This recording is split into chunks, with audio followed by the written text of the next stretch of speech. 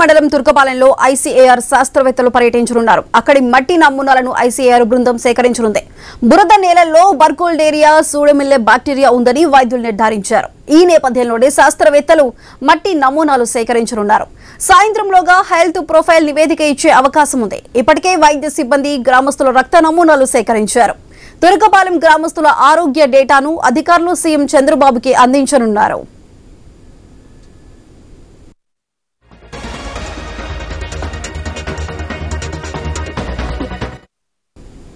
తుర్కపాలెంలో అంతుబట్టని మరణాలపై నెలకొన్న మిస్టరీ వీడుతోంది. ఈ మరణాలకు ప్రధానంగా బర్కోల్డేరియా సూడోమిల్లే బ్యాక్టీరియా కారణమని వైద్య నిపుణులు అనుమానిస్తున్నారు. గుంటూరు వైద్య కళాశాల జీజీహెచ్ డాక్టర్లు తుర్కపాలెంలో జ్వర బాధితుల నుంచి రక్త నమూనాలు సేకరించారు. మైక్రోబయాలజీ ల్యాబ్లో బ్లడ్ కల్చర్ పరీక్ష చేశారు. జీజీహెచ్ లో చికిత్స పొందుతున్న ఒక రోగిలో బర్కోల్డేరియా సూడోమిల్లే బ్యాక్టీరియా ఉన్నట్లు గుర్తించారు.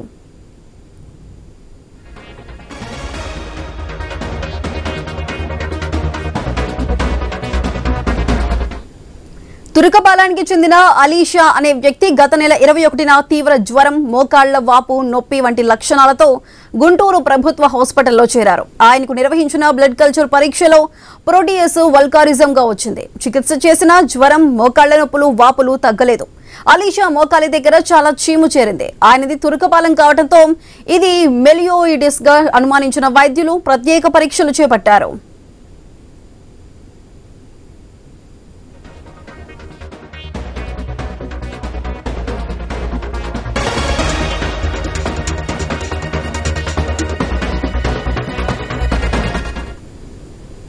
సూపరింటెండెంట్ డాక్టర్ రమణ యశస్వి స్వయంగా ఆర్థోపెడిక్ ప్రొఫెసర్ కావడంతో అలీషా మోకాల్ నుంచి సైనోవియల్ ఫ్లూయిడ్ ను సేకరించారు. దీన్ని 2 నమూనాలుగా విభజించి ఒకటి జీఎంసీ మైక్రోబయాలజీలో, రెండోది ప్రైవేటు డయాగ్నోస్టిక్ ల్యాబ్ లో పరీక్షించారు. 2 నమూనాల్లోనూ మెలియోయిడోసిస్ జ్వరాలకు కారణమైన బర్కోల్డేరియా సూడోమిల్లే బ్యాక్టీరియా ఉన్నట్లు నిర్ధారణ అయింది. తుర్కపాలెంలో మెలియోయిడోసిస్ అనుమానిత జ్వర బాధితులు 6 గుంటూరు హాస్పిటల్లో చేరి చికిత్స పొందుతున్నారు. అయితే దీనికి సంబంధించి మరింత సమాచారం మా ప్రతినిధి నాగేశ్వరరావు అందిస్తారు. నాగేశ్వరరావు, చెప్పండి. ప్రస్తుతం ఐసీఏఆర్ ప్రతినిధులు కూడా అక్కడికి వెళ్ళినట్లు తెలుస్తుంది. వాళ్ళు ఏమని చెప్తున్నారు అధికారులు? గుంటూరు రూరల్ మండలమైన తుర్కపాలెంలో ఈరోజు ఐసీఏఆర్ బృందం పర్యటించనుంది. అయితే అక్కడ మట్టి నమూనాలు అయితే సేకరించబోతుంది. అయితే ఇప్పటికే తుర్కపాలెం ఎయిమ్స్ బృందం అయితే పర్యటించింది. అయితే గ్రామస్తుల రక్త నమూనాలు సేకరించారు. అయితే మెలియోయిడోసిస్ లక్షణాలు ఉన్న తుర్కపాలెం గ్రామానికి చెందిన 6 గుంటూరు జీజీహెచ్ ఆసుపత్రిలో అయితే చికిత్స అందిస్తున్నారు. అయితే ఈ క్రమంలోనే ఇవాళ ఏదైతే భారత వ్యవసాయ పరిశోధన సంస్థ బృందం అయితే పర్యటించి గ్రామంలోని వ్యవసాయ భూముల నుండి కూడా మట్టి నమూనాలను సేకరించి అలాగే నీటి సరఫరా, మట్టి ఫలదీకరణ స్థితిని విశ్లేషించనుంది. అయితే దీంతో పాటు ఐసీఏఆర్ బృందం గ్రామస్తులతో సమావేశమై వారి అనుభవాలు, సమస్యలపై అయితే ముఖ్యంగా చర్చించి ఆ సాంకేతిక సలహాలను అయితే గ్రామస్తులకు కూడా అందించే అవకాశం ఉంది. అయితే మరోవైపు ఎయిమ్స్ బృందం తీసుకున్న గ్రామస్తుల రక్త నమూనాల ఆధారంగా గ్రామంలో ఆరోగ్య సమస్యలను కూడా గుర్తించి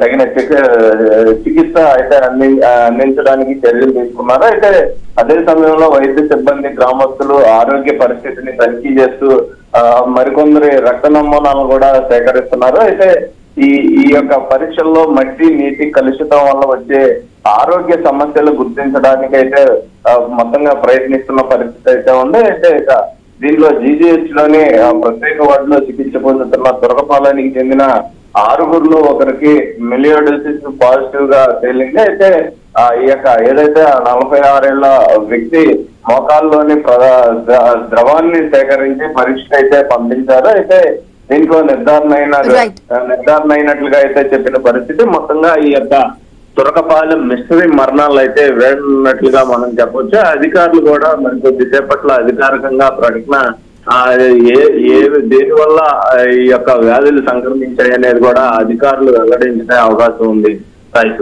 రైట్ నాగేశ్వరరావు, థ్యాంక్ యూ.